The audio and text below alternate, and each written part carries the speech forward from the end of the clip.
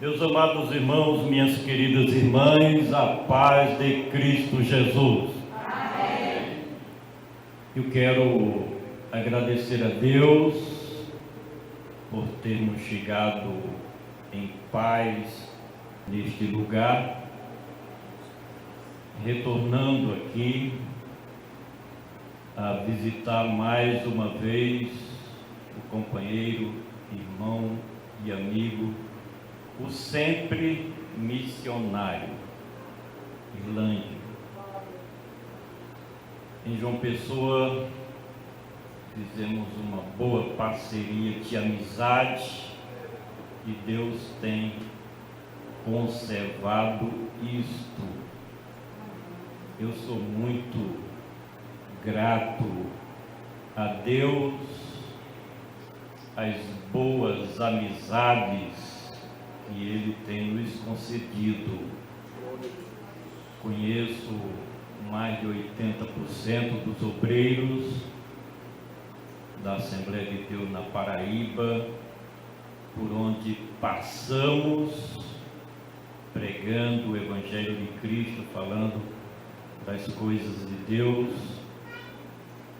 e aqui nós estamos para revê-lo, abraçando o ministério local e a Igreja de Cristo nesta cidade. Peço que os irmãos, as irmãs fiquem orando por nós, para que possamos cumprir dignamente a nossa missão com honestidade, com sinceridade na presença de Deus. Eu prezo muito isso. Nós sermos zelosos pelas coisas de Deus, sempre levando a sério a obra do Senhor e a missão que Ele tem depositado a nossas mãos. Queremos meditar com a igreja nessa noite em mais uma passagem bíblica. Foi lido aqui no livro do Gênesis, capítulo 12, e eu dizia ao reverendo Irlândio que esse texto já parece com ele, porque é um missionário que foi fazer missões transcultural em outros países, e é uma função ministerial que eu admiro muito. No entanto, nós temos sido despertados por Deus para pregar uma mensagem para os últimos dias. O livro do Apocalipse, capítulo 2, nós vamos ler 3 versículos. Enquanto os irmãos e as irmãs procuram o capítulo 2 do Apocalipse, eu anuncio as nossas mídias sociais.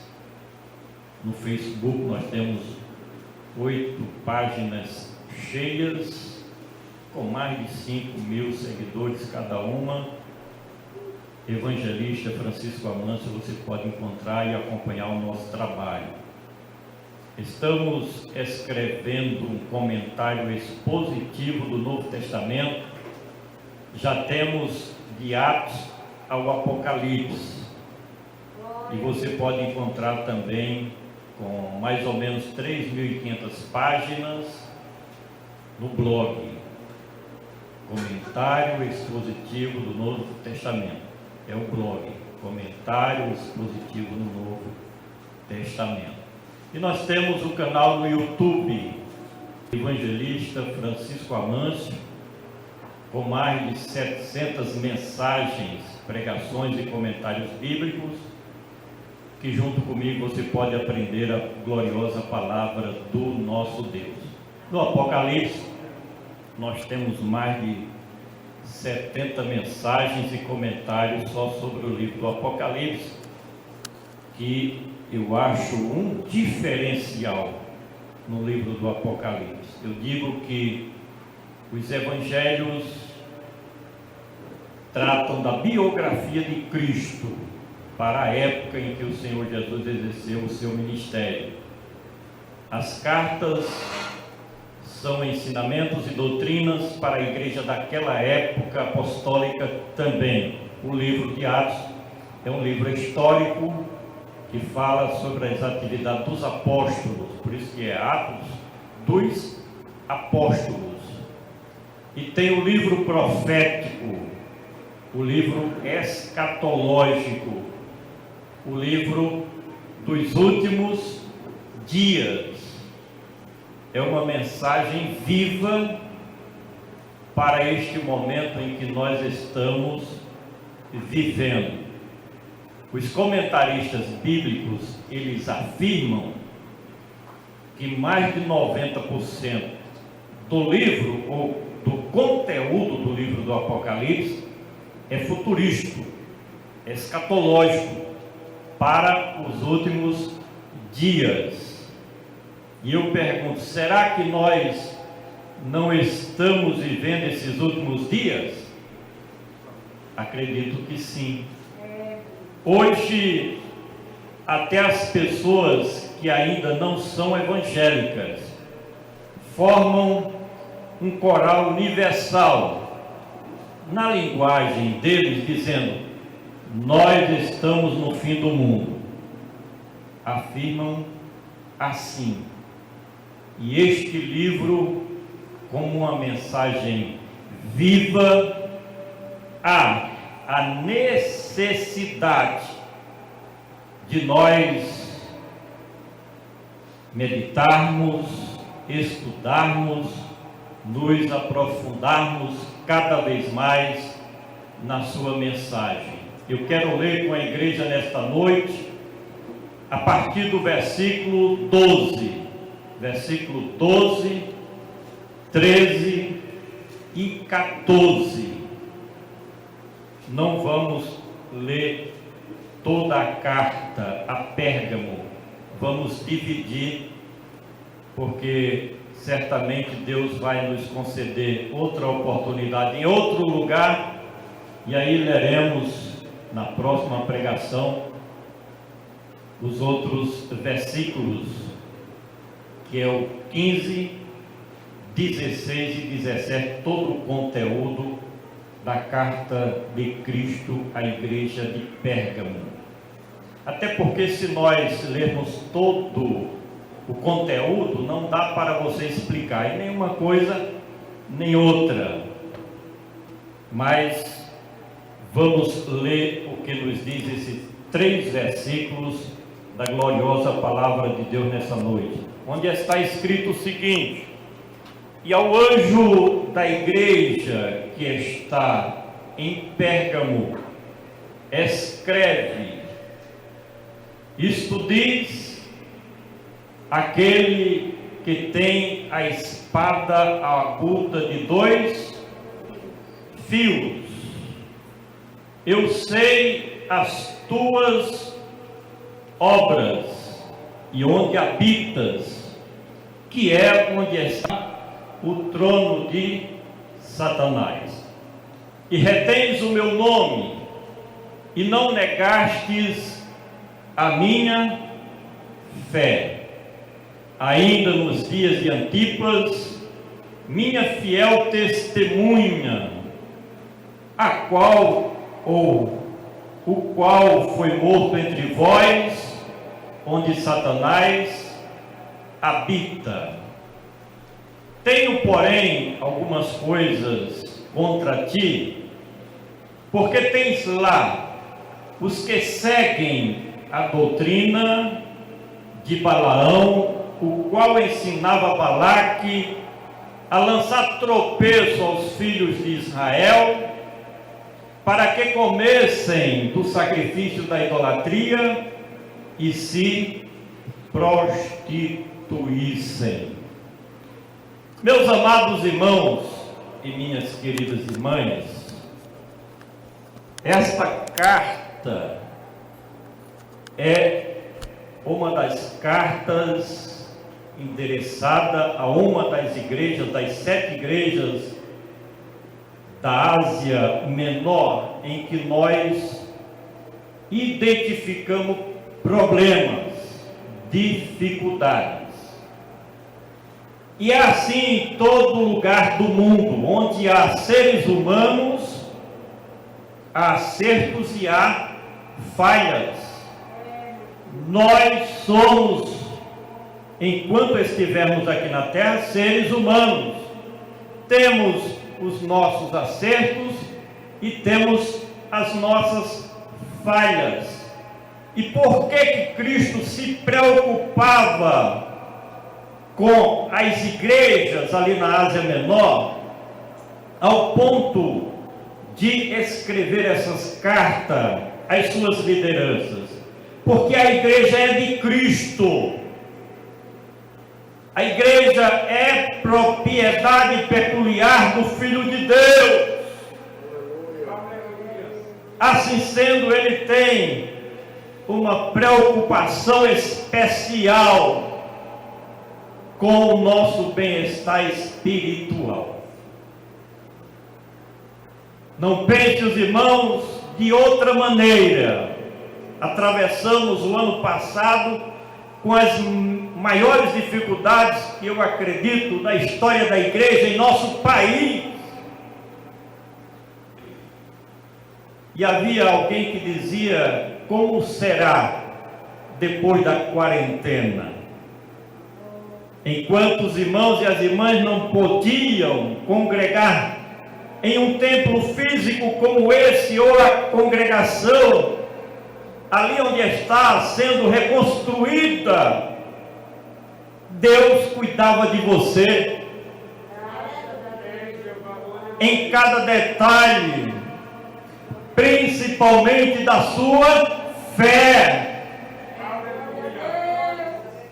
porque diante das dificuldades, só aqueles que vivem pela fé é que permanecem de pé. A cidade de Pérgamo, essa palavra ela tem 2 significados.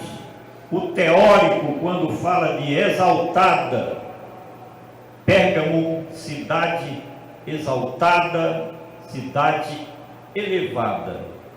A definição espiritual é casada. Nós vamos dar uma explicação no momento certo dentro deste texto.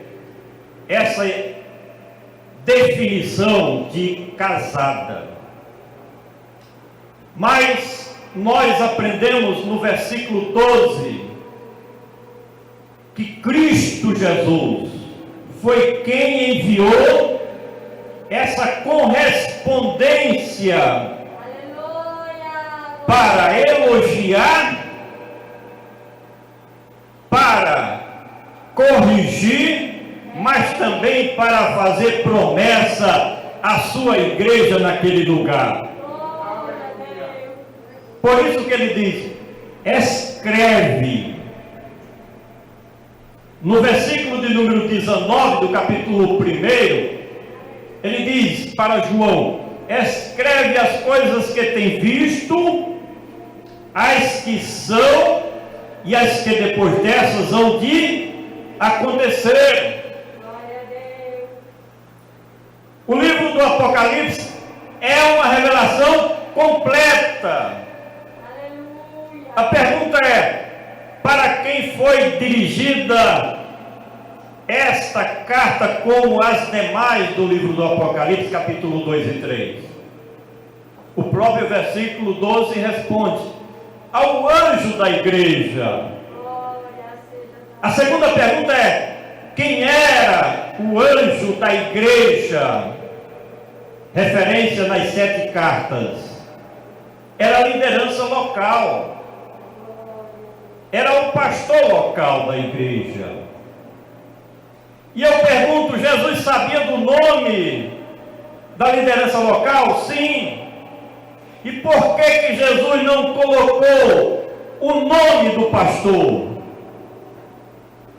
Em vez disso, colocou anjo.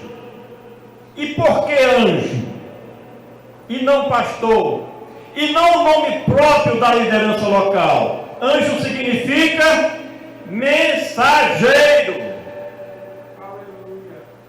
Assim como naquela época, nos dias de hoje, o pastor local é um mensageiro de Deus. Quando vive condignamente na presença do Senhor, a igreja não pode ter dúvida de que a mensagem divina passa pelo obreiro local. E Deus lhe revela as necessidades da igreja e de cada um de nós. Por isso que nós precisamos considerar e receber a mensagem como vinda pão quente do céu, quando o obreiro transmite verdadeiramente a palavra de Deus sem manipulação. Por quê? Porque é um mensageiro de Deus. Aí, se colocasse o nome do pastor, sabe o que acontecia? Naquela época, estavam matando as lideranças da igreja cristã. Uns morreram degolados, queimados, jogados nas arenas. O Império Romano estava numa perseguição terrível. Nesta época, era o imperador Domiciano, foi um dos grandes perseguidores da igreja de Cristo, principalmente as lideranças. E eles sabiam que se matasse o pastor, o rebanho ficaria disperso, prejudicaria diretamente a igreja.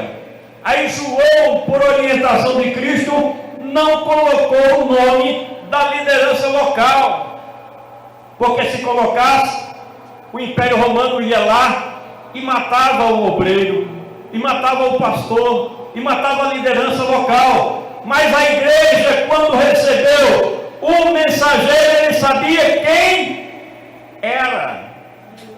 Eis a razão porque não colocou o nome do obreiro local, mas sim colocou anjo, mensageiro de Deus. E quem era que estava escrevendo para a igreja de Pérgamo? O próprio versículo responde: aquele que tem a aguda espada de 2 fios. Esta era, irmãos, uma linguagem simbólica representativa para a época de um juiz, de alguém que julgava com justiça. E esta palavra, aguda espada de 2 fios, fala do evangelho, do poder do evangelho na boca de Cristo. Aleluia, glória a Deus. Da veracidade da sua mensagem, da fidelidade da sua palavra, principalmente no que diz respeito ao livro do Apocalipse. Essa palavra, ela vai ter o seu fiel cumprimento, irmãos. E só está começando a se cumprirem as profecias futurísticas do livro do Apocalipse. Eu vinha conversando com o Claudiano, a quem agradeço porque ele sempre nos acompanha nas nossas viagens missionárias, pregando a palavra aqui no sertão. Vinha conversando com ele que existe uma agenda mundial global chamada Agenda 21 até o ano 2030. Existe um cronograma dos homens mais ricos do mundo, das potências mundiais, para colocar em prática um controle total da humanidade. essa pandemia, ninguém pense que foi por um acaso. Isso já estava programado, irmãos. Eita, meu Deus. Vocês já leram ou já ouviram, não somente Irlândio, mas outros pastores que passaram por essa igreja dizer que nós estamos nos princípios de dores. Meu Pai. Ninguém espere coisa boa deste mundo daqui para frente, igreja do Senhor. Por isso que nós precisamos cada vez mais firmar, fechar a nossa aliança com o nosso Deus. Vamos renovar.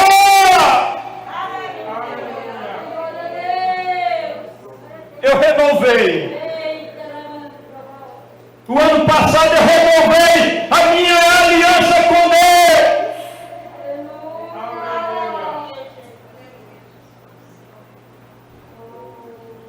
E a palavra vai ter cumprimento.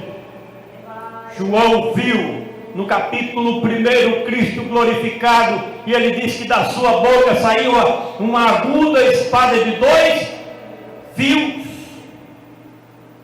preparado para fazer cumprir as suas ordenanças, as suas determinações sobre o planeta Terra.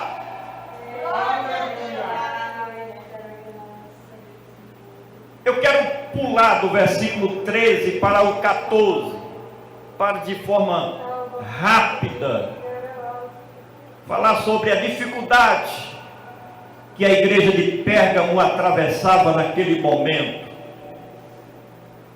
Era a influência do mundo sobre a igreja. Nós falamos aqui sobre a definição espiritual de Pérgamo: casada. Os historiadores bíblicos, os teólogos, os comentaristas bíblicos afirmam que as 7 igrejas falam de 7 períodos da história da igreja. E a igreja de Pérgamo representa o 3º período. O primeiro período foi o primeiro século da nossa era cristã. O segundo período foi o período dos mártires, ou dos pais da igreja, de 100 a 312. E de 312 em diante teve um outro período representando esta era, ou essa dispensação representativa na igreja de Pérgamo, o casamento. E o que houve? Houve o casamento da igreja com o Estado. Foi quando Constantino, aparentemente, não podemos provar ao contrário, nem não, se dizia ter se convertido ao cristianismo. E aí, um acordo, uma aliança com as lideranças da igreja daquela época, em 312, cessaria toda a perseguição contra os cristãos, contra a igreja. E foi instituída a primeira liderança em 313 de nossa era cristã, chamado Milquíades, que era o pastor da cidade de Roma, ou da capital do Império Político de Roma, daquela época. E o imperador aceitou ele permanecer como a liderança do cristianismo em todo o Império Romano. Aliança da igreja com o Estado, casamento. Mas não demorou muito tempo. Em 325, sabe o que aconteceu? O imperador destituiu tirou Milquíades e colocou o líder da antiga religião de Roma como liderança do cristianismo. E aí começou a entrar a influência do paganismo dentro da igreja cristã em todos os lugares. Por isso que a carta fala, Jesus fala sobre a doutrina, aqueles que seguiam a doutrina de Balaão, que ensinava Balaque a lançar tropeço diante dos filhos de Israel. Essa história do Velho Testamento está em Números capítulo 21 ao 25, depois você consulta em casa, e os irmãos já conhecem essa história. Balaque era o rei dos Moabitas. Quando ele viu Israel vir, ficou em pavor, porque Israel vinha destruindo tudo. Ele mandou chamar o profeta, liderança da igreja representativa dessa época,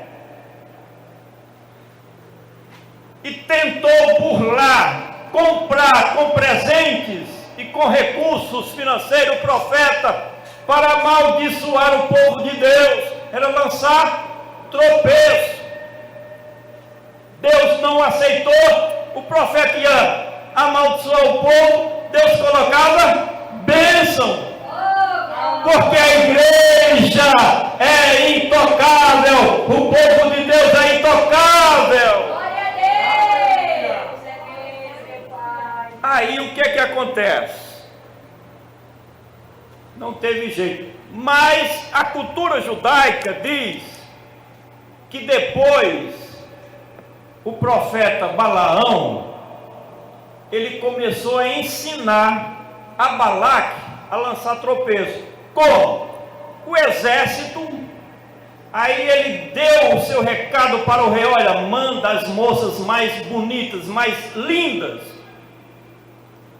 para assediar os soldados de Israel. E é uma tentação terrível.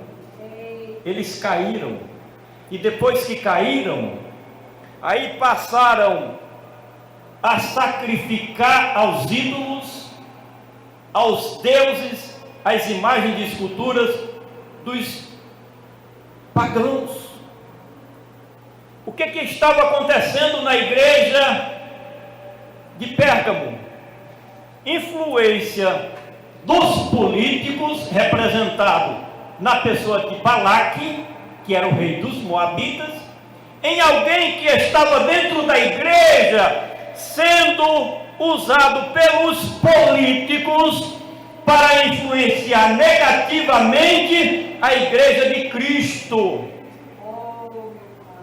Por isso que representa aquele período do casamento da igreja com o Estado e com uma liderança pagã, regendo toda a igreja cristã em todo o mundo. Houve a mistura, aí começou-se a adorar os ídolos e as imagens de escultura, o paganismo entrando na igreja. E aí está o perigo, porque Balaão disse a Balaque: olha, não tem como vencer esse povo, mas tem um jeitinho. Qual é? Faz eles pecar contra o seu Deus os abandona e vocês vencerão ao exército. Como diz aqui no sertão da Paraíba, tiro e queda. Mas vamos para o versículo de número 13. No versículo de número 13 fala sobre as virtudes daquela igreja. E diz assim: eu conheço as tuas obras, e onde habitas, que onde está o trono de Satanás. O que significa isso? Na cidade de Pérgamo, 3 coisas caracterizam esse trono de Satanás. A primeira é que havia na cidade de Éfeso um templo e um altar dedicado a Zeus, ou Zeus, que era o deus grego dos romanos. Em poucas cidades, só nas principais cidades do Império Romano, é que tinha lá um busto ou uma imagem e um templo de Zeus, que era também chamado de Zeus Sóter, Zeus, o Deus Salvador. E os cristãos eram perseguidos pelo Império Romano, pelas autoridades romanas, pelas autoridades locais, a adorar a Zeus. Era a principal divindade ou falsa divindade daquela cidade. Segundo motivo do porquê do trono de Satanás, é que havia lá também um templo e uma imagem de uma serpente, chamada o deus Esculápio. O deus serpente era uma serpente, porque naquela cidade de Pérgamo havia uma faculdade de medicina, uma das melhores daquela época, que era procurada aquela universidade, aquela faculdade, por todos os filhos dos mais ricos do Império Romano. Por isso que tem hoje, na OMS, por exemplo, tem um símbolo de uma serpente, de uma cobra. Se você chega em um hospital e tem um médico com o seu jaleco, tem lá, às vezes no bolso, o símbolo de uma serpente, de uma cobra, que surgiu justamente na cidade de Pérgamo. Terceiro motivo é que na cidade de Pérgamo tinha também lá um templo e uma grande imagem do imperador César, e que as pessoas adoravam aquele homem como se fosse um deus. Eis a razão da perseguição que a igreja de Pérgamo ela passava naquela cidade. Sabe por quê, irmãos? Porque essas 3 correntes malignas queriam infiltrar-se na igreja de Cristo. E os cristãos eram maltratados, perseguidos e presos, se não adorassem a serpente. Capítulo 3 de Gênesis fala sobre essa serpente. Então era o próprio diabo que era adorado através daquela imagem, a imagem de uma serpente. E pegaram a liderança, um dos pastores daquela igreja, e sacrificaram. Colocaram ele dentro de uma imagem de um bezerro e largaram no fogo até que aquele bezerro de bronze se tornou vermelho como uma brasa. E está escrito aqui na palavra de Deus o seu nome, que é anônimo. Não temos outra passagem no Novo Testamento que fale sobre este nome, senão o capítulo de número 13. Mas havia naquela igreja virtudes. Qual era? Eles mantinham o nome de Cristo e não negavam a sua fé.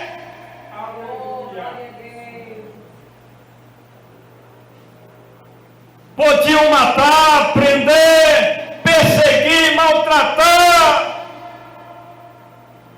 Mas os verdadeiros cristãos não negavam a sua fé e não negavam o nome de Cristo. Por onde passavam, anunciavam o nome glorioso, o nome mais poderoso, o nome do JESUS. Aleluia. Glória a Deus, amigo. As perseguições que vão surgir daqui para frente tem endereço certo. É para ver até onde vai a nossa fé. Aleluia. E o mistério é que as perseguições destes últimos dias e daqui para frente não são iguais às perseguições que os irmãos daquela época tiveram que enfrentar com prisões e com mortes. Hoje os ataques são artificiais, mas são constantes. O mundo está olhando para cada um de nós para vermos se somos cristãos verdadeiros ou não, igreja do Senhor. Glória a Deus. Estamos em plena provação e tentação. Porque isto que está acontecendo tem a permissão de Deus. E eu tenho dito, e nós vamos constatar isso daqui para frente, só vai permanecer quem é lavado e remido no sangue de Cristo. Nós temos andado e víamos conversando. Tem igrejas que mais da metade parou. Tem igreja que só está de pé 30%. Aí eu fico pensando, e se o negócio apertar mais? Quem é que vai sobrar nessa história? Aqueles que confessam, não de palavras, mas por meio de ações, atitudes e de fé, o nome poderoso de Cristo. Somente através desse nome é que nós vamos vencer as potestades infernais que investem contra a igreja de Cristo.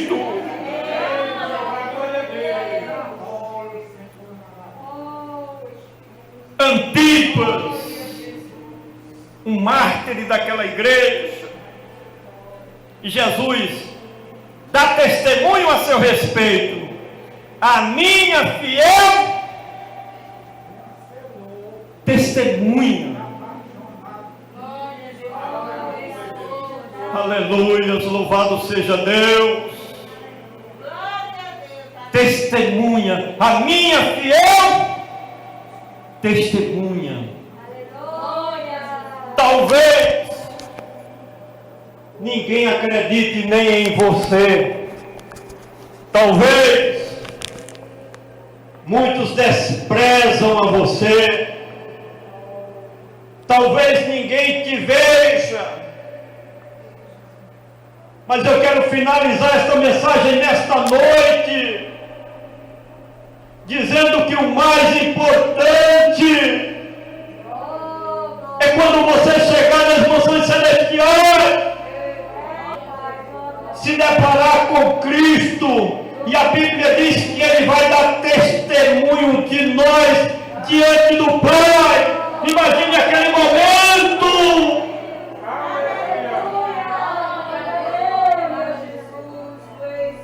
em que o filho dirá para o pai: olha, pai, esta foi na terra uma fiel testemunha que propagou o meu nome, que amava o meu nome, que confessava o meu nome, que pregava sobre o meu nome e não negou a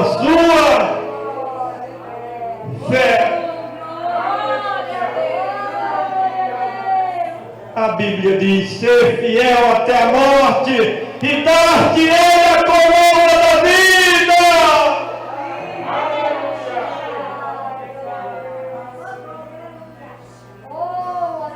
Levante a sua cabeça, tenha bom ânimo, tenha coragem, não esmoreça, não pare, não desista. Tire força de onde não tiver, mas suporte este momento, suporte esta provação, suporte esta dificuldade.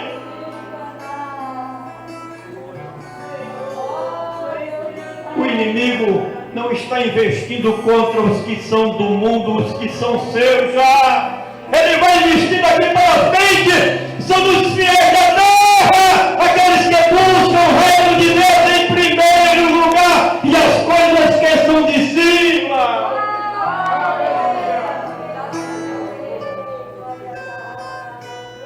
Não desista. Cumpra a sua missão, faça aquilo que Deus tem determinado para a sua vida, mas seja diante de Deus uma testemunha fiel nestes últimos dias. Eu agradeço ao meu Deus esta oportunidade feliz, ao dirigente deste culto, ao meu amigo reverendo Irlande. Agradeço a sua preciosa atenção em ter os ouvidos e medite nessas palavras. Já foi dito aqui, aquele que tem ouvido, ouça o que o Espírito diz. A igreja, assim como o pastor, nós somos mensageiros de Deus. Não falamos o que pensamos, o que queremos. Eu digo sempre a Claudiano, eu não penso, eu leio o texto, medito no texto, mas não me preocupo, não fico pensando o que vou falar, porque eu sei